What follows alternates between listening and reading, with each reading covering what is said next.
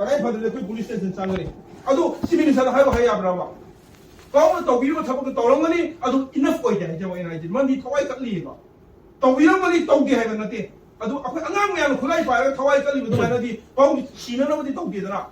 Pound हक्साम इ ता थोननबदि तौब्राव pound हसि तगाई फदरदि हाइबिओ मोइदा आइ नोइ MP से मिनिस्टर के एमपी हाय पामदे आई मी सिरकांदा नोइ थबक से पामदे आई मी मैम थातोरे आई मी यामी मिहोने हाइबिओ मोइदा मदुदा पाउन रेस्पेक्ट तौने Moina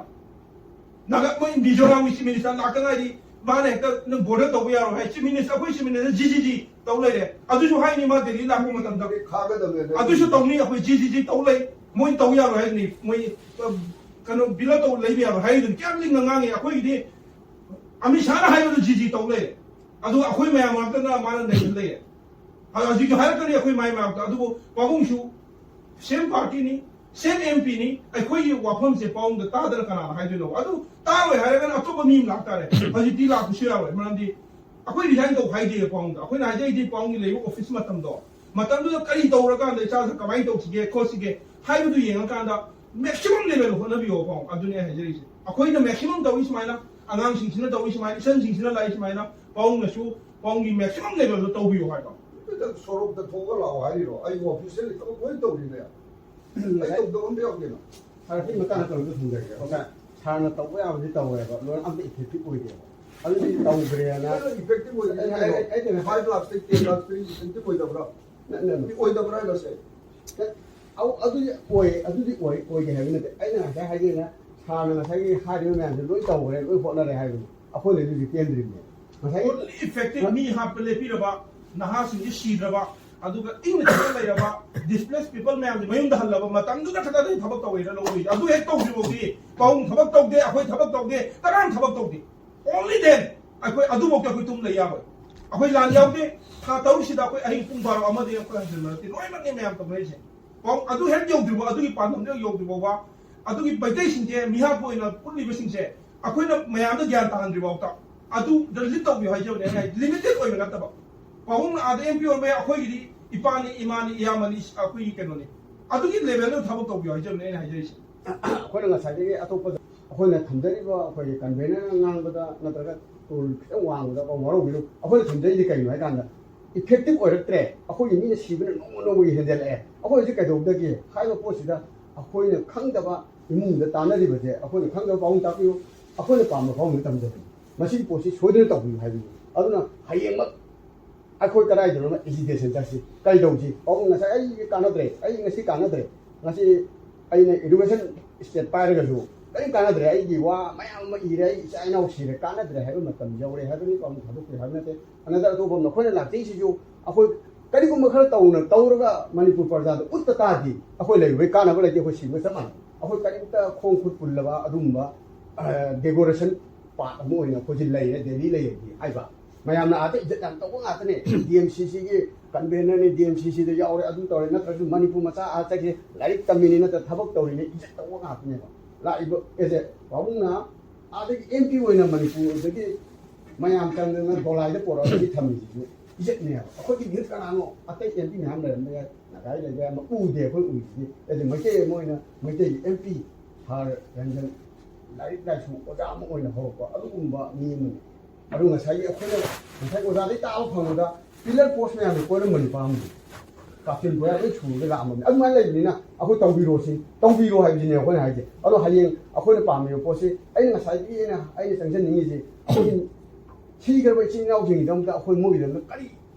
tau ba yai aru ko loi na akhoi lai ro parja sing da saran jan ga ko na manipur gi delhi da lai ba mai tai me am ga yo ko thom na ta ngasi di kai kai no thang da sakre joling thang puga da sakre ha po ta ni aduna ha ri po si tong na ba jam ta kari changhen ji ha po si thamjara thamina ga aduga sai pa wa ba na su la bu po ni na akhoi ma yan tam mo ni ngasi di pa mu una lu po se khoi thok bi ba tam ne mam di sum sum ba step ta khoi choi wari sana ai pa mu smai ta ro mi es de sa su ho ka na ho na mi manipur simal le mi tong ji na akhok de pho aduga ngasi di loi na na the mang ga mai sak le re ai sai su jing ge am bu lai ja ai mo yum cha la ga ai yum le mo ai kai lo ka na de aru si lu si ai ka lu lu ha ba wa khalo ne le po ne ni ga sing han ji aduna ngasi hari ba tawi mo po se tawi da ha bi jaw ke ba na tawi me am du khu de tan ya khu de le tawi da bo 하이 보트들이 아히는 뭐 양망도 달래 됐지. 그게 어떻게 해야 되냐.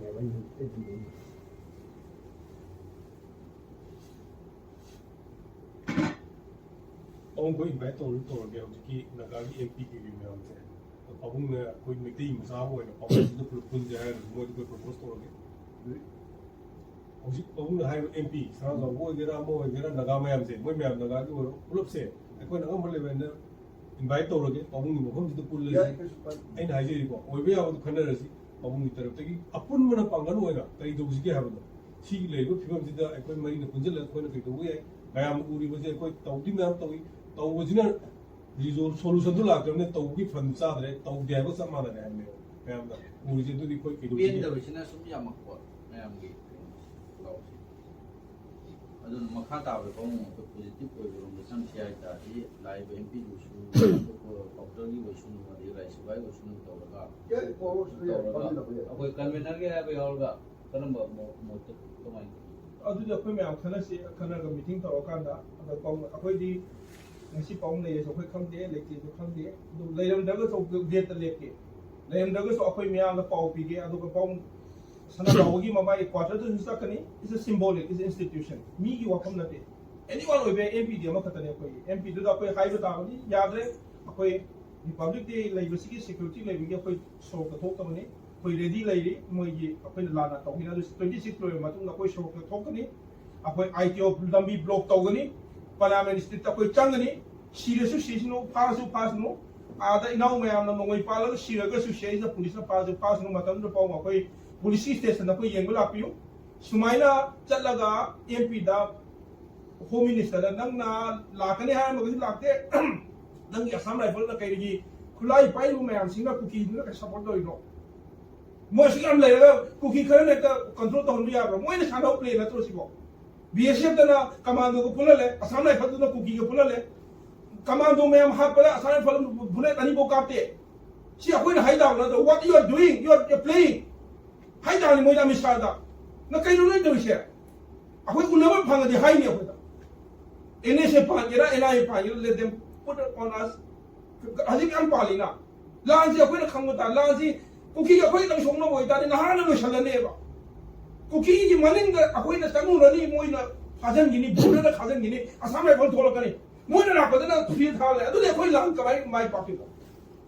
अदु दानि मोइदा हाइदाम नोइ लान से नोइ मनुंगा bake तौसी तौनु बजे प्रजा ma'am नोइ map लैनिना अखोइ हाइदाम ने हजि मतमदा पु नोइ मान ले पु कुकी दालो करिगी बर्मा दसु रेबल मैम नोइ टेरिटरी कंट्रोल तौरे इंडिया दसु अतो बोले बासु ओरे मगा पुलिस कमांडो नोइ मफम ममदगे चंगल नोइ कापदा इंडिया आर्मी तुमि लैगो मोइ मणिपुर लैसे कइनोबा अखोइना टैक्स पी से मोइ तोरो अखोइना पी न तो we citizen of India 시 하이다운 나도 are we not India 아니 한다운 나도 뭐이다 아때 이게 타고 뭐야 라이브니 서스펜션 오브 로처로 레이면 60,000 아미도 좀 있는 레벨 해라가 아코이 나하신도는 농이 까마이 감도 되는 안 라고 나하더니 뭐지 세이군 트렌드 올라 여기니까 뭐 농이 빠이면 하다 보죠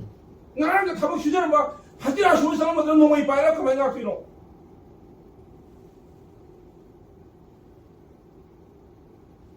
시 강거다 그래 에세 폴리티컬 리더만 아무이나 안하는 거 이거 보고 스마일 칼라거든 뻥기 레벨로 했는 또 도이나 시도비는 뭐 뭐이 나왔다 부대장들수 사인도 와이버들 많아 시도가 사람들이야 거의 같이 와이스 와거다 빵도 미나 빵도 그 님통네 말라 하게시다 본데 살라가 투미나 시대 아두기 못다 아이 사인 도로에 아이 너희 하지죠 하는 말이 아코이 랭겐도 부통어디 야거다 시대는 아이 너희는 BJP가 살살살살 지지지지도 힘내래 아코이 미시래 해봐 그나 간도이노 아코이제 아코이 나지는데 who will save us 나이 양지를 받는다 이제 거의 라이트 또 이제 하는 애는 자기 사는 하기도나 부장보다 거의 하늘이 시험 잘 이거 아주 얼마 자기 깨서요 그냥 우리가 간다지 살아온 집이야게 아이 단자라 이 시절에 아이 시부기들에 시절에 보면 시부도 뭐 말은 자는 시기야 뭐 시부야 이렇게 혹시 Manipur leader हो इसीके अदम के पे के वो के अलमाई तो न होना रजे तो ngasi di akhoi na ngasi ngangna ri sidi eje family mo na khoi ngangna bani akhoi na pam je bana paung de hon bani ahung na pam na khoi na ta ja bani ngasi gi mi pham ji aduna ta 마니고 아도 따지 아호이 나 칼리버지만 칼리로 아웅나 칼루죠 거기 가 따자래 그럼 거기 막 하다 아토비다 까리 프로그램 하지 해 차는 딱거도나 MP 예 자바기 나가기 끝이 가오가 시도 원이 산나거니 아토고 맞다 먹으려고 너네는 거는 같이 시다고 해 하지 뭐그 지나오지다 아호 마나 힘 좀는 거기 이제 잘렸다고 해 하지 뭐 거기 칼도 못해서 뭐 통하려 이러게 됐다 아두고 먹는다 까라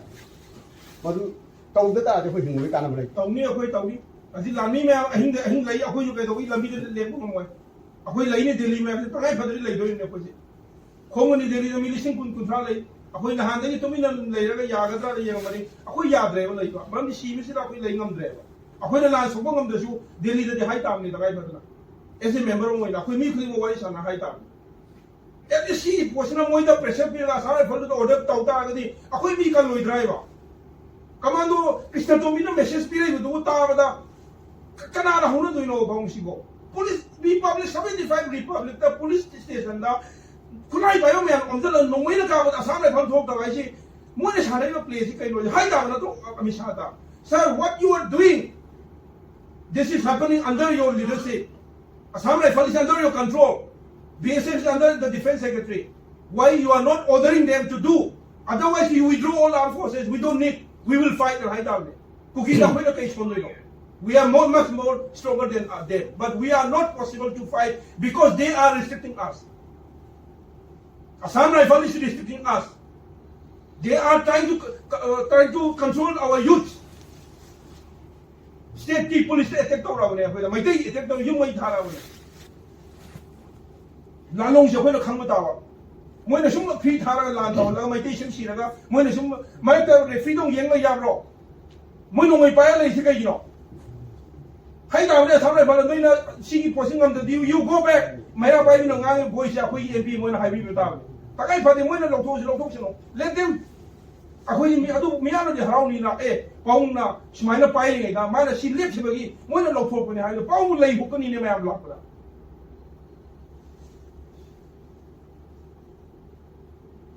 अदु मु अखोई resign तो ला लापना ते अखोई नाइ जरिसे आइना तो या दबा थाउ पाउंग तो बियो आइजबने सी मक तो रा हाइ मक चपियो पाखों कनो दुदा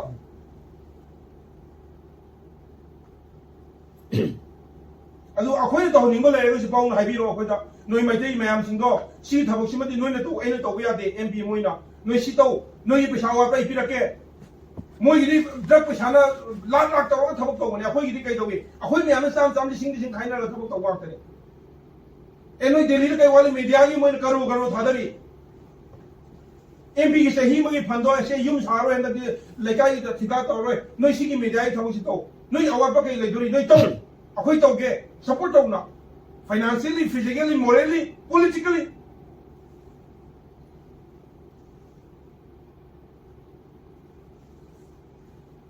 I know a request of the issue, Pong Arcade and the as an MP, the official and the Pong are doing Mahonda, another Tomalay, others of Heine, another Sawalay was of Heine. Individual city, any can change, office cannot be changed.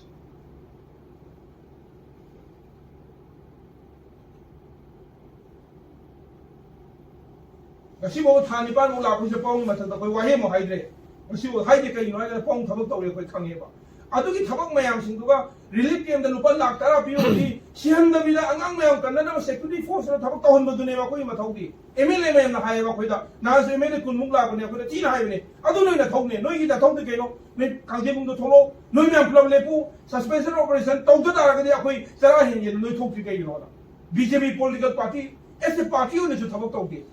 ऐसे MP ने जो collective ने तौगे सब राखंदना Moina तौरो pot येन लेरगा याबरा कोई मुसिम नीरगा हिंग जाति रो मै तेसिबो relief के बसु काम कोई लेदोइ नोबा सिक्योरिटी फोर्स थबक तौन बाइसदी लेइबा इलेक्टेड बॉडी दुकी मथौ ने बसिदी that is only work I as a media person ने रिपोर्ट तो वाई थौनी अदुगी रोल दो तौरंतबा ने ngasi वारिसे मोइना खर लागा मोइना Pong yam loi lei akoi na moi da highway ya matang so khoi haija gani pong de highway MP ma highway thoi na highway dunia khoi na haija ise nan moi MP MLA kun la ko matam de so khoi na phadra hai ga bane matam de moi ha na akoi da hairo mi ko na tawe na ko na hairo matung de tau ge akoi bona ge ha adu matung de gi kana tau ge ไม่ใช่MLA นี่ฟูเลยแล้วเขาจะส่งว่าตรงนั้นpolice ไม่ตาข้างเลยลุยมาเนี่ยใครยินว่ากันไม่ดีมีนักงานมาตายพวกเราเขาเสร็จแล้วนั่นมันก็นั่งชี้ให้อยู่ชี้โต้ให้เราไม่ได้ให้มาตรงนี้เลยเขาอีกที all individual are independent people ไอ้ป่าไม่ไอ้ตัวอะไรไอ้เท่าไรก็แต่ที่มันเท่าตัวเดียวอันนั้นเองก็สิไม่ได้กูพันธุ์พลอมได้ว่าสิมาฟังกูนะคลับเซมเบตนะหานั่นพลอมได้ว่าสิ every second Sunday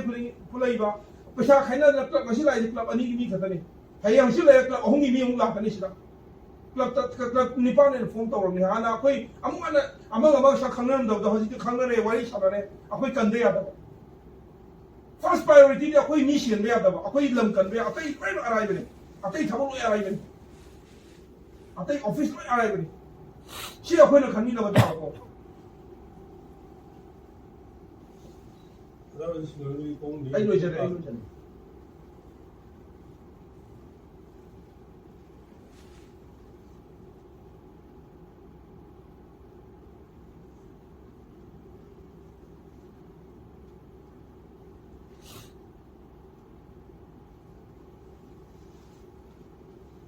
งั้นคุยกันเบสันต์นั้นมีอาชีพของเราเป็นประจำเนี่ยมันนั่งสร้างกันนะฮาวราวันนี้อาชีพประจำเนี่ยนะฮาวราวันนี้อาชีพประจำสิ่งฮาวราวันนี้จุดไหนที่ทอกี้ว่าทำได้MLAของนี่ฉันนั่นมาไม่รักกันเลยอาชีพคุยประจำสิ่งฮาวราวันนี้อาชีพคุยประจำสิ่งนะหานะชุมีอย่างมันนี่มันเดียวคุยนะมวยได้ให้เจอแล้วก็อย่างนี้นะอาชีพประจำสิ่งที่เป็นหลักแล้ววันนี้งานให้เบสันต์นั้นหลักกันให้เลยข้าเลยช่วยกันนี่ให้ยังช่วยกันนี่हमช่วยกันนี่ประจำสิ่งนั้นเขาอันนี้ From the democracy, the people are the supreme power. มีปุ่มคุยมุกเป็นเด็กที่ตัวเล็กของที่เสียงบีเรงที่ได้สปอร์ตแต่ทุกคนที่มาอยู่เลยวิจิตรคุยเด็กตัวมันเดียวดูนี่มาเอาเจ็บมาดิมาพุ่งคุยมุกนักการเมืองคุยมุกทงเดลมาดิไม่ยุ่งดิทงเดลแล้วก็แต่โน้ตตรงนั้นเลยแต่ละช่วยตัวเลยร่างน้ำตัวตัวเลย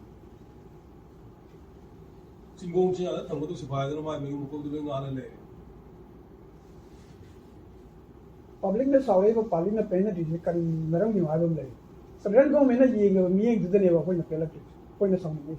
तो ये बोलते थे कोई ना ना उड़ो मारने बस कना ने कई मार सदरन को मैंने करीब तक खंग देना खंग से न दबा सारगा पूरा पूर्ण का ले बता अदु कने बा कोई न समझ नहीं कोई जान पे पता तो देखना लगती यूपी हरियाणा राजस्थान कोई भी एनसीआर ले सिंह ममांगदा अखोई MLA MP में आप काय हम थोक दर मोदे तोर मोदे सोल्यूशन जो हुनु ले अदु नहीं तो मीगा हाइने रबने अखोई ताम रे हंजन हंजन हाय बा दे ना ये मोरी की दो पूरा कोने बा करी नो ये अदा सेंट्रल गवर्नमेंट कई दोगे ने कई तो गया तो अखोई जी माफी वाले जी का उ दबरा ने अखोई तंग उ बरा अखोई पब्लिक अखोई जी कनो तो इबा अखोई ना अखोई तंग उ बरा अकन थोक में हमले जी उ दबरा खाय बंग नम दबरा मोजे सी तो जी करी नो मोजे कुछ भी तिला हाय के दबने ये ची तो जी ने अदमाय थोक हाय बंग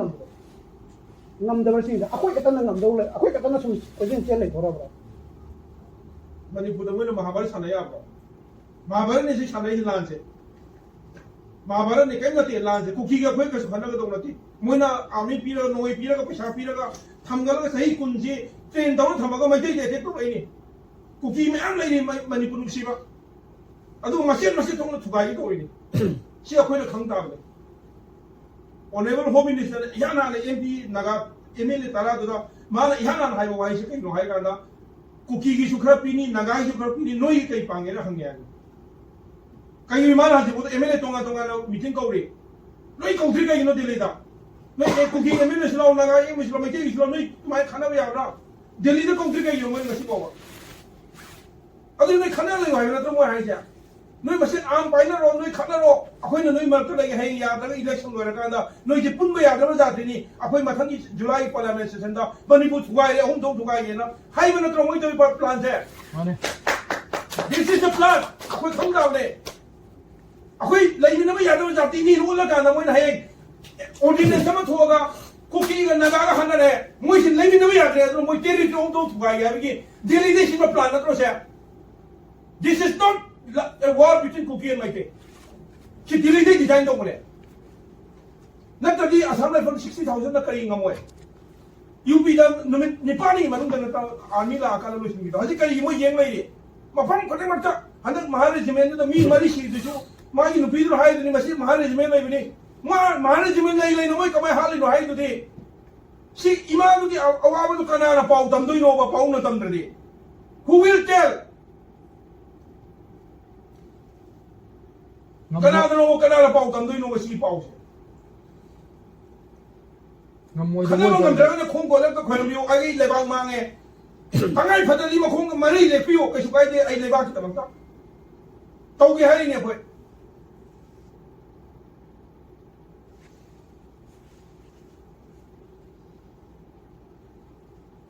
ꯃꯌꯥꯝꯒꯤ ꯍꯦꯔꯣ ꯑꯃꯨꯛꯇꯪ ꯑꯣꯏꯕꯤꯔꯣ ꯑꯗꯨꯒ ꯑꯩꯈꯣꯏ ꯃꯌꯥꯝꯅ ꯂꯦꯞꯄ ꯀꯥꯟꯗ ꯄꯥꯕꯨꯡꯒꯤꯗꯃꯛ ꯂꯩꯒꯅꯤ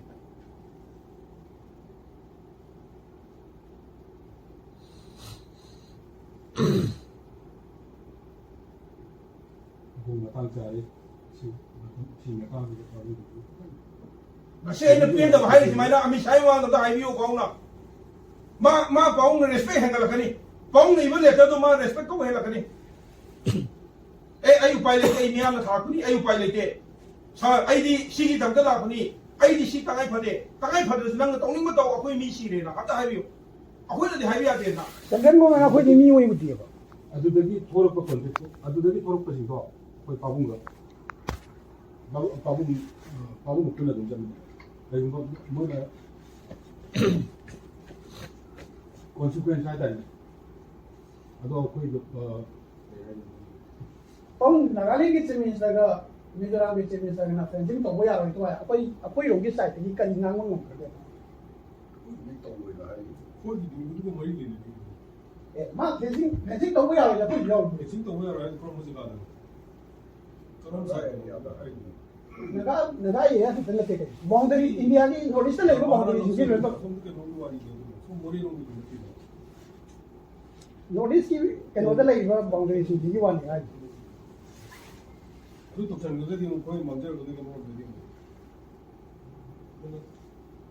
रिफाइव तो ꯌꯥꯝ ꯎꯁꯤꯠꯇꯦꯕ ꯃꯣꯏꯅ ꯄꯥꯏꯔꯤꯁꯤꯡꯁꯤꯅ ꯅꯤꯁꯤꯀꯥꯟꯗ ꯐꯪꯉꯦ ꯑꯩꯈꯣꯏꯅ ꯊꯕꯛ ꯇꯧꯕꯗ ꯂꯨꯄꯥ 500 ꯍꯥꯞꯄꯨ ꯌꯥꯗꯦ राम टेबल की लाख 13 पांगे ना हेक्टर लौथोई मैम दा रिलीफ की मा कई पांग रे रुलिना कनफा क्या मुश्किल है मी सिंह के केरेंद्र मारो तो क्या मुश्किल है मैं नो वाली बस आई हापे हम के जो बात हुई मोने पांगे बीजेपी सरकार ने मोने कनो टिकट पी न तो नहीं की मोने अदु की सिगी मोय तुम्मेबा को ju khangeba hai ni khoi gi oibadana tawte ni ge du kasu nataba ni sitte ne base kai na adu taw hai ni da ꯑꯩꯈꯣꯏꯅ ꯇꯧꯕꯗ ꯑꯃꯅ ꯇꯧꯕꯗꯗꯤ ꯔꯤꯂꯤꯐ ꯀꯦꯝꯞꯇ ꯃꯣꯟꯗ ꯂꯩꯔꯤꯕ ꯃꯤꯗꯨꯒꯤꯗꯤ ꯀꯩꯝ ꯇꯧꯗꯦ ꯑꯗꯨꯒ ꯍꯧꯖꯤꯛ ꯐꯣꯇꯣ ꯍꯥꯞꯄꯛꯏꯅ ꯂꯥꯛ 30 ꯄꯤꯔꯦꯅ ꯄꯤꯅꯨ ꯍꯥꯏꯕ ꯅꯠꯇꯦ ꯑꯗꯨ ꯃꯣꯏꯒꯤꯁꯨ ꯂꯧꯊꯣꯛꯎꯅꯁꯦ ꯁꯤꯒꯤ ꯔꯦꯒꯨꯂꯦꯁꯟ ꯁꯤ ꯄꯤꯔꯦ ꯁꯤ ꯇꯧꯔꯦꯅ MLA ꯂꯩꯔꯤꯕ ꯃꯤꯅꯤꯁꯇꯔ ꯃꯌꯥꯝꯗꯨꯒꯤ ꯃꯊꯛꯇ ꯑꯦꯛꯁꯟ ꯂꯧꯕꯗ ꯃꯦꯝꯕꯔ ꯑꯣꯏꯅ ꯉꯝꯗꯦ ꯂꯣꯏꯅꯃꯛ ꯄꯥꯔꯇꯤꯒꯤ ꯃꯦꯝꯕꯔ ꯉꯥꯛꯇꯅꯤ ꯅꯪ ꯁꯤꯗꯤ ꯇꯧꯕ ꯌꯥꯗꯦ ꯁꯤꯗꯤ ꯇꯧꯕ ꯌꯥꯗꯦ ꯁꯤ ꯃꯤꯅꯤꯁꯇꯔ ꯅꯪ ꯇꯧꯁꯤ ꯇꯧꯕ ꯌꯥꯗꯦ ꯍꯥꯏꯅꯕ ꯇꯥꯕꯅꯤ ꯉꯁꯤ ꯉꯥꯡꯅꯔꯤ ꯁꯨꯃꯥꯏꯅ ꯍꯥꯏꯅ ꯇꯥꯕꯅꯤ ꯂꯣꯏꯅꯃꯛ ꯃꯣꯏꯒꯤ ꯀꯩꯅꯣꯒꯤ ꯄꯣꯖꯤꯁꯟ ꯇꯨꯡꯒꯤ ꯄꯣꯖꯤꯁꯟ ꯁꯦꯝꯅꯕ ꯂꯩ इलेक्शन की कनोगी बताऊदरा कोई मीडिया की सेंटर मचा सेंटर ना रूम मचा बन लोग नंदे मोदी डोनेशन लौरगा तौदो अदु बोका ई बो ओदी बोका अंत डोनेशन हाइबा मतंदा अखोइना थाबा केनो बोका पाबु पाबी जे मो तौ ओसले लेबा मिकुम खुदिंग से मना मागी एना मुनो पसा फोटो गते शाई शाई itu bisa tahu sendiri alam lagi nanti family sih kalau tinggal di sini aduh tahu dulu ya dia na kalau orang media ada itu media sosial media kalau orang yang itu dari tahu dari lalu pawin ada kalau orang semua kalau tahu mulai tahu dia मैं आपसे भी हमसे ना collection ना kalau orang tahu itu tahu ना वो अगर तो कोई kita ay foto udah hari media house na media itu orang tumana rumah tu orang ujian orang sih कोई saya kenal tu media itu rumah di luar orang sedikit orang tu कोई offer tahu ना वो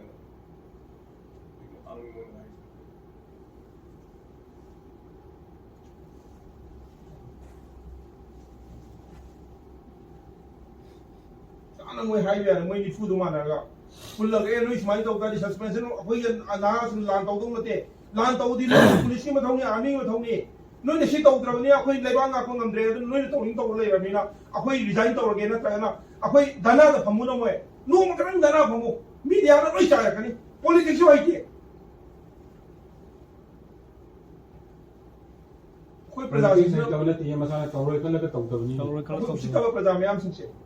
Moina vote पैसा लेबनिना लेरसु थावको मतमददि आइना हाइजरि अखोइना हाइदनि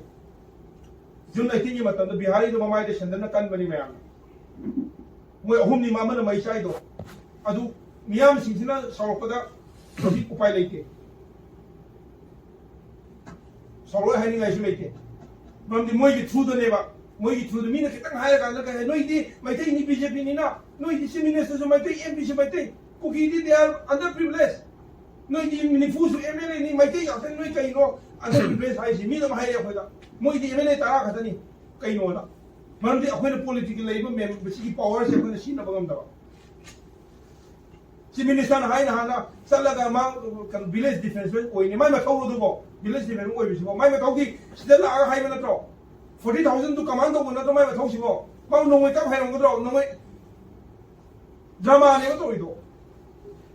ꯃꯌꯥꯝꯁꯤꯅꯗꯤ ꯍꯔꯥꯎꯋꯦ ꯑꯗꯨꯏꯗꯣ ꯂꯥꯛꯑꯦ Anyway, oh, yeah, ꯀꯩꯗꯧꯁꯤꯒꯦ ꯑꯗꯨꯝ ꯐꯖꯅ ꯀꯨꯞꯅ ꯈꯜꯂꯒ ꯍꯥꯏ ꯍꯧꯖꯤꯛ ꯃꯌꯥꯝꯗ ꯁꯤꯌꯥꯔ ꯇꯧꯕꯤꯒꯗꯕ ꯏꯟꯐꯣꯔꯃꯦꯁꯟ ꯂꯥꯛꯏꯁꯤ ꯉꯁꯤꯗꯣ CM ꯁꯦꯀ꯭ꯔꯦꯇꯔꯤꯌꯦꯠꯇ MLA ꯃꯌꯥꯝꯒ ꯄꯨꯜꯂꯒ ꯃꯤꯇꯤꯡ ꯇꯧꯏ ꯄꯨꯟꯅ ꯔꯤꯖꯥꯏꯟ ꯇꯧꯔꯅꯤ ꯑꯗꯨ ꯀꯥꯡꯕꯨ ꯃꯣꯏ 4-5 ꯂꯥꯛꯄꯗꯒꯤ ꯍꯌꯦꯡ ꯄꯣꯁꯄꯣꯟ ꯇꯧꯔꯤ ꯍꯌꯦꯡ ꯀꯔꯤ ꯊꯣꯛꯀꯗꯒꯦ ꯍꯥꯏꯕ ꯃꯌꯥꯝꯒꯤ ꯗꯤꯁꯤꯖꯟꯁꯤ ꯑꯩꯈꯣꯏꯒꯤ ꯃꯇꯨꯡ ꯏꯟꯅ ꯃꯌꯥꯝ ꯀꯔꯤ ꯗꯤꯁꯤꯖꯟ ꯂꯧꯗꯣꯏꯅꯣ ꯃꯅꯤꯄꯨꯔꯗ ꯄꯥꯜꯂꯤꯕ ꯒꯣꯔꯃꯦꯟꯁꯤꯅ ꯑꯩꯈꯣꯏ ꯃꯌꯥꯝꯅ ꯁꯣꯏ ꯇꯧꯔꯅꯤ ꯑꯩꯈꯣꯏ ꯂꯩꯕꯥꯛꯁꯤ ꯂꯤꯗꯔ ꯑꯣꯏꯔꯒ ꯂꯩꯉꯝꯃꯔꯣꯏ ꯍꯥꯏꯕꯒꯤ ꯁ꯭ꯇꯦꯞ ꯂꯥꯛꯑꯒꯗꯤ ꯑꯩꯈꯣꯏꯁꯨ ꯄꯣꯂꯤꯁꯤ ꯄ꯭ꯔꯣꯒ꯭ꯔꯥꯝꯒꯤ ꯆꯦꯟꯖ ꯇꯧ ꯇꯥꯕꯅꯤ ꯇꯧ ꯇꯥꯕꯅꯤ ꯗꯦꯜꯂꯤꯗ ꯂꯩꯔꯤꯕ ꯑꯩꯈꯣꯏ ꯃꯌꯥꯝꯁꯤꯁꯨ ꯑꯃꯠꯇ ꯑꯣꯏꯅ ꯂꯦꯞꯃꯤꯟꯅꯔꯒ ꯇꯧꯁꯦ ꯃꯣꯏꯒꯤ ꯃꯃꯤꯡꯗꯗꯤ ꯊꯕꯛ ꯇꯧꯍꯜꯂꯤꯁꯦ ꯃꯣꯏꯅ ꯍꯥꯏ ꯇꯥꯕꯅꯤ ꯑꯩꯈꯣꯏꯗꯤ ꯉꯝꯗ꯭ꯔꯦ ꯑꯩꯈꯣꯏꯒꯤ ꯃꯤꯡꯗ ꯇꯧꯔꯅꯨ ꯁꯤ ꯇꯧꯕ ꯌꯥꯔꯣꯏ ꯁꯦꯟꯇ꯭ꯔꯦꯜ ꯐꯣꯔꯁꯦꯁ ꯑꯩꯗ ꯇꯧ ꯅꯠꯇ꯭ꯔꯒ ꯅꯣꯏꯒꯤ ꯃꯌꯥꯝꯗ ꯑꯩꯈꯣꯏ ꯂꯦꯞꯅ ꯍꯥꯏ ꯇꯥꯕꯅꯤ ꯃꯤꯗ ꯁꯣꯛꯄ ꯌꯥꯔꯣꯏꯅ ꯃꯣꯔꯦꯗ ꯀꯨꯀꯤ ꯂꯥꯜꯍꯧꯕꯁꯤꯡꯅ ꯇꯧꯕ ꯌꯥꯔꯣꯏ ꯂꯥꯜꯍꯧꯕꯁꯤꯡꯁꯦ ꯅꯣꯏꯅ ꯉꯝꯃꯒ ꯉꯝꯗ꯭ꯔꯒ ꯑꯩꯈꯣꯏ ꯂꯣꯏ ꯇꯪꯈꯥꯏꯅꯦꯅ ꯂꯣꯏꯅꯃꯛ ꯔꯦꯗꯤ ꯂꯩꯒꯗꯕꯅꯦ ꯍꯧꯖꯤꯛ ꯃꯣꯏꯅ ꯑꯗꯨꯃꯥꯏꯅ ꯄꯣꯛꯁꯤ ꯋꯥ ꯇꯧꯔ ꯑꯩꯈꯣꯏ ꯂꯩ ꯌꯥꯕ꯭ꯔꯥ ꯑꯩꯈꯣꯏ ꯂꯣꯏ ꯔꯦꯗꯤ ꯂꯩꯒꯗꯕꯅꯤ ꯁꯤꯗꯁꯨ ꯑꯩꯈꯣꯏ ꯇꯧꯅꯤ ꯑꯥꯗꯁꯨ ꯇꯧꯅꯤ ꯑꯥꯗ ꯃꯣꯏꯅ ꯂꯥꯟ ꯇꯧꯕ ꯃꯇꯝꯗ ꯑꯩꯈꯣꯏꯅ ꯁꯤꯗ ꯔꯦꯗꯤ ꯆꯠꯄꯗꯣ ꯃꯣꯏ ꯍꯔꯥꯎꯋꯦ ꯁꯥꯡꯗꯒꯤꯗꯣꯔꯦ ꯄꯥꯎꯡꯁꯨ ꯋꯥꯅ ꯍꯜꯂꯛꯑꯒ ꯀꯩꯅꯣ ꯇꯧꯋꯦ ꯑꯩꯈꯣꯏ ꯀꯔꯤ ꯇꯧꯁꯤꯒꯦ ꯄꯥꯎꯡꯅ ꯍꯥꯏꯔꯤꯉꯩꯗ ꯀꯔꯤ ꯇꯧꯁꯤꯒꯦ ꯑꯩꯈꯣꯏꯅ ꯇꯧꯕ ꯌꯥꯕꯁꯤ ꯀꯔꯤꯅꯣ ꯀꯔꯤ ꯇꯧꯁꯤꯒꯦ ꯄꯣꯏꯟꯗꯨꯗ ꯑꯣꯏꯅ ꯈꯟꯅꯔꯁꯦ ꯑꯩꯈꯣꯏ ꯉꯁꯥꯏꯗꯒꯤ ꯑꯣꯖꯥ ꯁꯣꯝꯗ ꯆꯪꯉꯤꯕ꯭ꯔꯣ ꯁꯦ ꯊꯥꯗꯅꯣ ꯍꯧꯖꯤꯛ ꯑꯩꯈꯣꯏ ꯉꯁꯥꯏꯗꯒꯤ ꯉꯥꯡꯅꯔꯤꯕ ꯂꯥꯎꯅꯔꯤꯁꯦ ꯏꯔꯩꯕꯥꯛꯀꯤꯗꯃꯛꯇ ꯏꯔꯝꯗꯝꯒꯤꯗꯃꯛꯇ ꯈꯜꯂꯒ ꯉꯥꯡꯅꯕ ꯉꯥꯛꯇꯅꯤ ꯅꯠꯇꯦ ꯑꯗ ꯑꯩꯅ ꯍꯧꯖꯤꯛ ꯂꯣꯏꯁꯤꯜꯂꯛꯄꯗ ꯉꯁꯥꯏꯒꯤ ꯃꯔꯛꯇ ꯀꯩꯒꯨꯝꯕ ꯈꯔ ꯁꯨꯝ ꯂꯩꯅꯈꯤꯕꯗꯨꯗ ꯑꯩꯈꯣꯏꯅ ꯄꯥꯝꯃꯤꯕ ꯄꯥꯟꯗꯝꯁꯤꯃꯗ ꯆꯪꯁꯤꯜꯂꯒ ꯄꯣꯖꯤꯇꯤꯕ ꯋꯦꯗ ꯆꯠꯂꯁꯤ ꯉꯁꯥꯏꯒꯤ ꯑꯩꯈꯣꯏ ꯁꯥꯔꯅꯁꯨ ꯇꯥꯛꯄꯤꯕꯗꯣ ꯃꯅꯤꯄꯨꯔꯒꯤ ꯂꯦꯇꯦꯁ ꯅ꯭ꯌꯨꯁ ꯍꯥꯏꯕꯗꯤ CM ꯁꯦꯀ꯭ꯔꯦꯇꯔꯤꯌꯦꯠꯇ ꯐꯝꯕꯒꯤ ꯄꯥꯎ ꯑꯃ ꯃꯌꯥꯝꯁꯨ ꯂꯩꯔꯦ ꯑꯅꯗ ꯑꯇꯣꯞꯄ ꯑꯃꯅ ꯃꯈꯣꯏꯅ ꯇꯧꯒꯗꯧꯅ ꯑꯩꯈꯣꯏꯁꯨ ꯁ꯭ꯇꯦꯞ ꯂꯩꯔꯦ ꯍꯥꯏꯕꯁꯤꯃ ꯑꯊꯨꯕꯗ ꯑꯩꯈꯣꯏꯅ ꯈꯪꯍꯟꯅꯤꯡꯕ ꯄꯥꯝꯕ ꯑꯗꯨꯅ ꯑꯩꯈꯣꯏꯅ ꯉꯁꯤ ꯁꯥꯔꯅ ꯑꯩꯈꯣꯏꯒ DMCCꯒ ꯐꯝꯃꯤꯟꯅꯗꯅ 6-10 ꯊꯣꯛꯅ ꯈꯟꯅꯔꯕ ꯃꯇꯨꯡꯗ ꯉꯁꯥꯏꯒꯤ ꯑꯩꯈꯣꯏ MP ꯑꯗꯨꯒ ꯃꯔꯤ ꯂꯩꯅꯕ ꯑꯩꯈꯣꯏꯒꯤ MP ꯃꯌꯥꯝ ꯀꯧꯔꯒ ꯑꯊꯨꯕꯤꯗ ꯐꯝꯅꯕꯒꯤ ꯌꯥꯅꯕ ꯑꯃ ꯄꯥꯎꯡꯒꯤ ꯁꯤꯒꯤ ꯁ꯭ꯄꯦꯁꯁꯤꯗ ꯑꯩꯈꯣꯏ ꯃꯩꯇꯩ ꯂꯣꯏ ꯀꯧꯔꯛꯀꯦ ꯑꯗꯨꯒ ꯁꯤꯗ ꯃꯤꯇꯤꯡ ꯇꯧꯁꯤ ꯑꯗꯨꯕꯨ ꯁꯨꯃꯥꯏꯅ ꯑꯩꯈꯣꯏꯁꯦ ꯉꯁꯥꯏꯒꯤ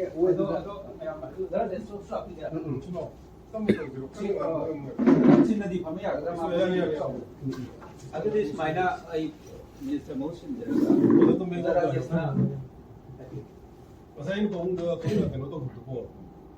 ꯏꯂꯥꯏꯠ ꯇꯤꯚꯤꯅ ꯑꯩꯉꯣꯟꯗ ꯃꯦꯁꯦꯖ ꯑꯃ ꯊꯥꯔꯝꯃꯤ ꯁꯤ ꯆꯨꯝꯕ꯭ꯔꯥꯅ ꯃꯣꯏ ꯀꯅꯥꯅ ꯄꯤꯕꯅꯣꯗꯤ ꯍꯥꯏꯔꯔꯣꯏ ꯑꯗꯨꯅ ꯑꯩ ꯉꯁꯥꯏ ꯅꯠꯇꯦ ꯁꯤ ꯀꯩꯅꯣꯗꯤ ꯁꯤꯗꯩꯗ ꯃꯣꯏ ꯍꯥꯏꯁꯤ ꯃꯥ ꯄꯥꯎ ꯈꯛꯇꯅꯤ ꯁꯨꯃꯥꯏꯅ ꯀꯦꯔꯦꯟꯒꯤ ꯃꯌꯨꯝꯗ ꯗꯤꯜꯂꯤꯒꯤ ꯌꯦꯡꯁꯤ ꯊꯣꯝꯖꯤꯜꯂꯤꯁꯤ ꯆꯨꯝꯕ꯭ꯔꯥ ꯍꯥꯏꯅ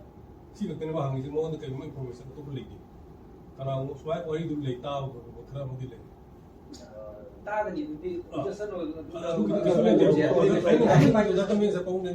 ꯑꯄꯨꯟꯅ ꯄꯥꯎꯡ ꯏꯕꯥꯅꯤ ꯈꯟꯅꯔꯝꯁꯦ ꯁꯤꯗꯩꯗ ꯄꯥꯎꯡ ꯎꯅꯔꯨ ꯃꯇꯝꯗ ꯑꯩꯈꯣꯏꯗ ꯑꯦꯖꯦꯟꯗꯥꯁꯦ ꯁꯨꯃꯥꯏꯅ ꯂꯧꯒꯦ ꯍꯥꯏꯕꯗꯣ ꯑꯗꯣ ꯑꯣꯖꯥ ꯇꯣꯝꯕꯤꯅ ꯅꯣꯠ ꯇꯧꯕꯤꯔꯒ ꯑꯩꯈꯣꯏ ꯊꯥꯒꯠꯄ ꯌꯥꯕꯁꯤꯅ ꯀꯔꯤꯅꯣ ꯁꯤꯒꯤ ꯄꯣꯏꯟ ꯑꯗꯨꯒꯤ ꯃꯌꯥꯝꯒꯤꯗꯤ ꯑꯗꯨꯗꯤ ꯑꯊꯤꯡꯕ ꯊꯝꯕꯤꯗꯦ ꯇꯧꯗꯕꯨ ꯋꯥꯍꯩ ꯋꯥꯇꯥ ꯐꯖꯗꯕꯗꯣ ꯂꯥꯏꯐ ꯊꯥꯔꯒ ꯆꯠꯇ꯭ꯔꯒ ꯏꯁꯝ ꯁꯝꯅ ꯍꯥꯏꯔꯕꯗ ꯑꯩꯈꯣꯏꯒꯤ ꯍꯧꯖꯤꯛ ꯂꯩꯔꯤꯕ present adverse situations in that discuss tꯧꯔꯦ ꯑꯗꯨꯒ peaceful solution ꯇꯧꯅꯕ ꯈꯟꯅꯈ꯭ꯔꯦ ꯑꯗꯨꯒ ꯑꯦꯛꯁꯟꯗꯗꯤ MP ꯃꯌꯥꯝ ꯇꯧꯔꯒ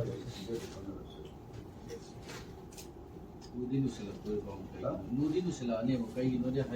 ꯍꯥꯏꯗꯤ ꯑꯥꯗ ꯀꯟꯅ ꯍꯧꯖꯤꯛ ꯇꯧꯔꯤꯁꯤ ꯃꯣꯏ ꯍꯧꯖꯤꯛ ꯍꯥꯏꯔꯤꯕ ꯄꯥꯎꯗꯨꯅ ꯑꯁꯦꯡꯕ ꯑꯣꯏꯇꯥꯔꯗꯤ ꯑꯟꯅꯦꯁꯦꯁꯔꯤꯂꯤ ꯑꯩꯈꯣꯏ ꯉꯁꯥꯏꯒꯤ ꯀꯩꯅꯣ ꯌꯥꯝ ꯆꯥꯎꯋꯦ ꯊꯣꯛꯂꯛꯄ ꯌꯥꯏꯑꯕ ꯑꯣꯜꯂꯛꯇꯕꯁꯨ ꯌꯥꯏꯑꯕ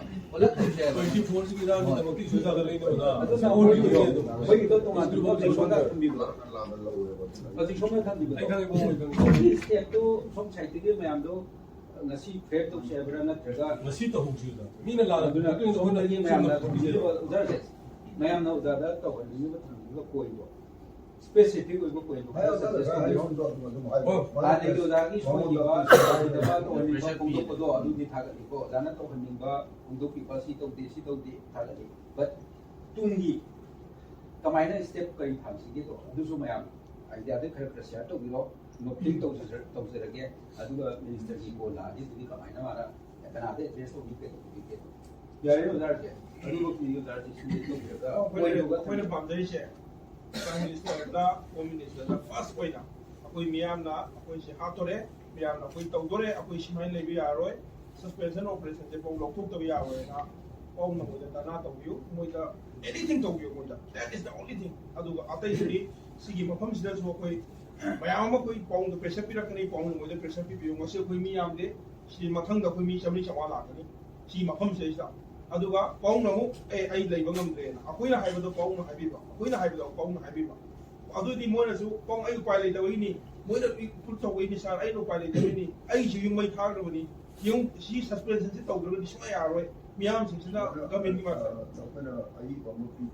ꯑꯏꯕꯁꯨ ꯄꯤꯕꯤꯌꯨꯀꯣ ꯑꯏꯕꯗꯨꯁꯨ ꯄꯤꯕꯤꯌꯨ ꯑꯗꯨꯒ ꯄꯤꯒꯦ ꯄꯤꯔꯛꯄꯗꯣ ꯑꯏꯕ ꯑꯣꯏꯅ ꯄꯤꯔꯛꯄ ꯑꯩꯈꯣꯏ ꯑꯏꯕ ꯑꯣꯏꯅ ꯄꯤꯖꯔꯛꯑꯒꯦ ꯑꯩꯈꯣꯏ ꯃꯦꯃꯣꯔꯦꯟꯗꯝꯒꯤ ꯄ꯭ꯔꯥꯏꯝ ꯃꯤꯅꯤꯁꯇꯔ ꯄꯤꯕ ꯀꯣꯄꯤꯗꯣ ꯄꯥꯎꯗꯨ ꯃꯈꯣꯏ ꯊꯥꯖꯔꯛꯀꯦ ꯑꯩꯈꯣꯏꯒꯤ ꯀꯣꯄꯤꯁꯤꯡ ꯂꯩꯕꯅꯤ ꯑꯩꯈꯣꯏ ꯑꯣꯜꯔꯦꯗꯤ ꯀꯩꯝꯇ ꯅꯠꯇꯦ ꯑꯩꯈꯣꯏꯗꯤ ꯁꯁꯄꯦꯟꯁꯟ ꯂꯧꯊꯣꯛꯎ ꯃꯣꯏꯒꯤ ꯂꯩꯕ ꯋꯥꯛꯁꯤ ꯂꯣꯏꯁꯤꯜꯂꯨ ꯍꯥꯏꯕꯗꯤ ꯁꯤꯒꯤ ꯄꯣꯠꯁꯦ ꯍꯟꯗꯛ ꯋꯥꯔꯜꯒꯤ ꯃꯐꯝ 12ꯗ ꯋꯥꯔꯜꯒꯤ ꯃꯐꯝ ꯃꯌꯥꯝ ꯄꯨꯜꯂꯒ ꯍꯟꯗꯛ DMCCꯒ ꯀꯩꯅꯣ ꯇꯧꯔꯒ ꯇꯧꯕꯅꯤ ꯑꯗꯨ ꯃꯩꯇꯩ ꯃꯌꯥꯝ ꯑꯗꯨꯒ ꯃꯦꯃꯣꯔꯦꯟꯗꯝꯒꯤ ꯀꯩꯅꯣ ꯇꯧꯕꯅꯤ ꯑꯗꯨ ꯃꯦꯟ ꯑꯣꯏꯅ ꯁꯁꯄꯦꯟꯁꯟ ꯑꯣꯄꯔꯦꯁꯟꯁꯤꯒꯤ ꯋꯥꯔꯤꯅꯤ ꯑꯩꯈꯣꯏ ꯑꯇꯩꯒꯤꯗꯤ ꯂꯣꯏꯅꯃꯛ ꯑꯔꯥꯏꯕꯅꯤ ꯃꯣꯏꯅ ꯇꯧꯔꯤꯕ ꯂꯥꯟꯁꯤ ꯂꯣꯏꯁꯤꯜꯂꯨ ꯍꯥꯏꯕꯅꯤ ꯁꯨꯁꯨ ꯂꯧꯊꯣꯛꯄ ꯈꯪꯗꯦ ꯁꯨ ꯂꯧꯊꯣꯛꯑꯒ ꯃꯣꯏꯅ ꯇꯛꯈꯥꯏꯕꯗ ꯀꯨꯏꯔꯣꯏ ꯃꯣꯏꯅ ꯃꯣꯏꯒꯤ ꯃꯍꯥꯚꯥꯔꯠ ꯂꯣꯏꯁꯤꯜꯂꯣꯅ ꯁꯤ ꯈꯛꯇꯅꯤ ꯑꯩꯈꯣꯏꯒꯤ ꯃꯦꯟ ꯗꯤꯃꯥꯟꯗꯤ ꯑꯇꯩ ꯑꯇꯩ ꯊꯕꯛ ꯀꯣꯟꯅ ꯂꯣꯏ ꯂꯥꯛꯀꯅꯤ ꯑꯇꯩ ꯀꯣꯟꯅ ꯂꯥꯛꯀꯅꯤ ꯑꯁꯤ ꯈꯛꯇꯅꯤ ꯑꯗꯨꯒ ꯑꯗꯨꯒꯤ ꯃꯇꯨꯡꯗꯒꯤ MP ꯃꯌꯥꯝ ꯀꯧꯕꯤꯌꯨ ꯅꯠꯇ꯭ꯔꯒ ꯑꯦꯄꯣꯏꯟ ꯇꯧꯕꯤꯌꯨ ꯑꯩꯈꯣꯏ ꯂꯥꯛꯀꯦ ꯑꯩꯈꯣꯏ ꯃꯣꯏꯗ ꯔꯤꯀ꯭ꯋꯦꯁ ꯇꯧꯒꯦ ꯃꯤꯅꯤꯁꯇꯔꯒꯤ ꯗꯤꯐꯦꯟꯁ ꯃꯤꯅꯤꯁꯇꯔꯒꯤ ꯑꯦꯄꯣꯏꯟ ꯂꯧꯕꯤꯌꯨ ꯑꯩꯈꯣꯏ ꯑꯦꯅꯤ ꯂꯥꯛꯏꯕ ꯀꯩꯅꯣꯁꯤꯡ ꯑꯗꯨ ꯇꯧꯕꯤꯌꯨ ꯑꯩꯈꯣꯏ ꯔꯦꯗꯤ ꯂꯩꯒꯦ ꯑꯩꯈꯣꯏ ꯉꯥꯡꯖꯒꯦ ꯑꯩꯈꯣꯏ ꯃꯣꯏ ꯂꯧꯖꯒꯦ ꯑꯗꯨꯅꯤ ꯄꯥꯎ ꯑꯗꯨꯒ ꯍꯣꯝ ꯃꯤꯅꯤꯁꯇꯔꯁꯨ ꯑꯩꯈꯣꯏ ꯂꯧꯕꯤꯌꯨ ꯑꯩꯈꯣꯏ ꯃꯌꯥꯝ ꯍꯥꯏꯖꯒꯦ ꯔꯤꯀ꯭ꯋꯦꯁ ꯇꯧꯖꯒꯦ ꯑꯣꯅꯔ ꯑꯦꯟ ꯔꯦꯁꯄꯦꯛ ꯑꯗꯨꯗꯒꯤ ꯐꯥꯁ ꯄꯣꯏꯟꯠꯇ ꯁꯁꯄꯦꯟꯁꯟ ꯁꯤ ꯂꯧꯊꯣꯛꯄꯤꯕꯅ ꯑꯩ ꯀꯣꯄꯤ ꯑꯃ ꯁꯤꯖꯤꯟꯅꯕꯗꯣ ꯃꯗꯨ ꯁ꯭ꯇꯦꯞ ꯂꯩꯈ꯭ꯔꯗꯤ ꯃꯈꯥ ꯐꯔꯗꯔ ꯑꯦꯛꯁꯟꯗꯣ ꯑꯗꯨ ꯂꯧꯊꯣꯛꯇ꯭ꯔꯕꯅꯤꯅ ꯑꯩꯈꯣꯏ ꯀꯩ ꯑꯗꯣꯝꯗ ꯂꯥꯛꯆꯕ ꯑꯗꯣꯝꯗ ꯂꯥꯛꯆꯕ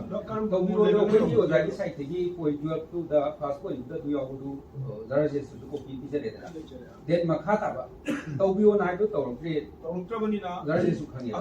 ꯐꯔꯗꯔ ꯑꯦꯛꯁꯟꯗꯣ ꯑꯗꯨꯗꯤ ꯑꯗꯨꯝ ꯄꯥꯎꯅ ꯂꯦꯚꯦꯜꯗ ꯀꯩ ꯇꯧꯒꯗꯒꯦ ꯑꯗꯨꯝ ꯈꯟꯕꯤꯌꯨ ꯑꯩꯈꯣꯏꯗꯁꯨ ꯑꯩꯈꯣꯏ ꯑꯗꯨꯝ ꯇꯧꯖꯒꯦ ꯑꯗꯨꯅꯤꯗ ꯑꯩ ꯍꯥꯏꯖꯦ ꯑꯗꯨ ꯇꯧꯗ꯭ꯔꯕꯅꯤꯅ ꯑꯩꯈꯣꯏꯅ ꯃꯤ ꯁꯤꯕꯗ ꯃꯣꯏꯅ ꯇꯧꯗ꯭ꯔꯕꯅꯤꯅ ꯑꯩꯅ ꯀꯩ ꯇꯧꯒꯗꯒꯦ ꯍꯥꯏꯕꯗꯨꯗꯤ ꯃꯣꯏꯗ ꯍꯥꯏꯕ ꯇꯥꯔꯦ ꯉꯥꯡꯕ ꯇꯥꯔꯦ ꯂꯥꯎꯕ ꯇꯥꯔꯦ ꯎꯠꯄ ꯇꯥꯔꯦꯅ ꯑꯩꯈꯣꯏꯁꯦ ꯇꯨꯃꯤꯟꯅ ꯂꯣꯏ ꯂꯣꯏꯁꯤꯟꯗꯕ ꯌꯥꯗꯦ ꯍꯥꯏꯕꯗꯣ ꯎꯠꯄ ꯇꯥꯔꯦꯅ ꯑꯗꯨꯒꯤ ꯎꯠꯄꯤꯕꯗꯨꯗꯤ ꯀꯃꯥꯏꯅ ꯎꯠꯄꯤꯒꯗꯒꯦꯗꯨꯗꯤ ꯂꯩꯖꯕꯅꯤ ꯄꯥꯎꯗꯨ ꯂꯣꯏ ꯂꯩꯕꯅꯤ ꯑꯗꯨꯒꯤ ꯏꯁꯇꯦꯡ ꯎꯠꯄ ꯇꯥꯔꯦꯅ ꯃꯣꯏꯗ ꯀꯩꯗꯧꯒꯦ ꯍꯥꯏꯕꯗꯨꯗꯤ ꯑꯗꯣ ꯑꯩꯈꯣꯏꯅꯁꯨ ꯇꯧꯔꯒ ꯁꯤꯒꯤ ꯀꯩꯅꯣꯗꯩꯗ ꯁꯤꯒꯤ ꯃꯐꯝꯁꯤꯗ ꯏꯚꯟ ꯑꯩꯈꯣꯏ ꯃꯤꯇꯤꯡ ꯇꯧꯒꯦ ꯍꯥꯏꯔꯁꯨ ꯑꯩꯈꯣꯏꯁꯤ ꯂꯥꯛꯄ ꯌꯥꯏ ꯇꯧꯕ ꯌꯥꯏ ꯄꯥꯎ ꯋꯥꯔꯤ ꯁꯥꯟꯅꯕ ꯌꯥꯏ ꯃꯌꯥꯝꯒ ꯀꯩꯅꯣ ꯇꯧꯕ ꯌꯥꯏ ꯄꯨꯟꯅ ꯃꯌꯥꯝꯒꯤ ꯃꯃꯥꯡꯗꯗꯤ ꯄꯨꯟꯕ ꯅꯠꯇ꯭ꯔꯒꯁꯨ ꯑꯩꯈꯣꯏꯅ ꯄ꯭ꯔꯦꯁꯔ ꯄꯤꯔꯦ ꯄꯥꯎꯅ ꯆꯠꯂꯦ ꯄ꯭ꯔꯦꯁꯔ ꯄꯤꯔꯦ ꯄꯥꯎꯅ ꯆꯠꯇꯣꯏꯅꯤ ꯑꯗꯨ ꯑꯣꯏꯇꯥꯔꯒꯗꯤ ꯑꯩꯈꯣꯏꯅ ꯄ꯭ꯔꯦꯁꯔ ꯄꯤꯕꯁꯤ ꯃꯔꯨ ꯑꯣꯏꯌꯦꯕ ꯑꯩꯈꯣꯏ ꯄ꯭ꯔꯦꯁꯔ ꯄꯤꯖꯒꯦ ꯉꯁꯤ ꯂꯥꯛꯏ ꯃꯤ ꯌꯥꯝꯗꯦ ꯃꯊꯪ ꯑꯃꯨꯛ ꯍꯣꯡꯕꯒ ꯂꯥꯛꯆꯒꯦ ꯃꯌꯥꯝ ꯃꯊꯪꯗꯗꯤ ꯃꯦꯗꯤꯌꯥ ꯀꯧꯔꯒ ꯁꯨꯃꯥꯏꯅ ꯇꯧꯕꯗ ꯃꯣꯏ MP ꯌꯨꯝꯗ ꯊꯣꯝꯖꯤꯜꯂꯛꯑꯗꯤ ꯃꯤꯅꯤꯁꯇꯔꯗꯅ ꯑꯦꯠꯂꯤꯁ ꯀꯣꯜꯃꯨꯛꯇꯤ ꯇꯧꯕ ꯌꯥꯏ ꯅꯣꯏ ꯁꯨꯃꯥꯏꯅ ꯇꯧꯗꯅ ꯌꯨꯝꯁꯨ ꯆꯥꯛꯈ꯭ꯔꯦꯌꯦ ꯗꯦꯜꯂꯤꯗ ꯂꯩ ꯃꯤ ꯃꯌꯥꯝꯅ ꯀꯩꯗꯧꯔꯦ ꯁꯥꯔꯅ ꯀꯩꯗꯧꯔꯦ ꯍꯪꯉꯛꯄꯕꯨ ꯌꯥꯏꯗꯅ ꯑꯃꯔꯣꯝꯗ ꯑꯦꯠꯂꯤꯁ ꯃꯇꯝꯁꯨ ꯂꯣꯏꯔꯦ ꯁꯃꯥꯏ ꯄꯣꯠꯁꯤ ꯂꯣꯏꯗ꯭ꯔꯤꯉꯩꯁꯤꯗ ꯊꯥ 2ꯁꯤ ꯃꯅꯨꯡꯗ ꯄꯥꯎꯅ ꯇꯧꯕꯤꯕ ꯌꯥꯕꯗꯣ ꯇꯧꯕꯤꯔꯝꯃꯣ ꯑꯗꯨꯅꯦ ꯑꯩꯈꯣꯏꯅ ꯍꯥꯏꯖꯅꯤꯡꯉꯤꯁꯦ ꯃꯦꯟꯗꯤ ꯑꯗꯨ ꯈꯛꯇꯅꯦ ꯂꯥꯟꯁꯤ ꯀꯩ ꯇꯧꯒꯗꯒꯦ ꯄꯥꯎꯅ ꯈꯪꯕ ꯑꯗꯨ ꯈꯛꯇꯅꯤ ꯑꯗꯣ ꯑꯩꯈꯣꯏꯅ ꯇꯧꯕ ꯌꯥꯕꯗ ꯑꯩꯈꯣꯏ ꯇꯧꯅꯤ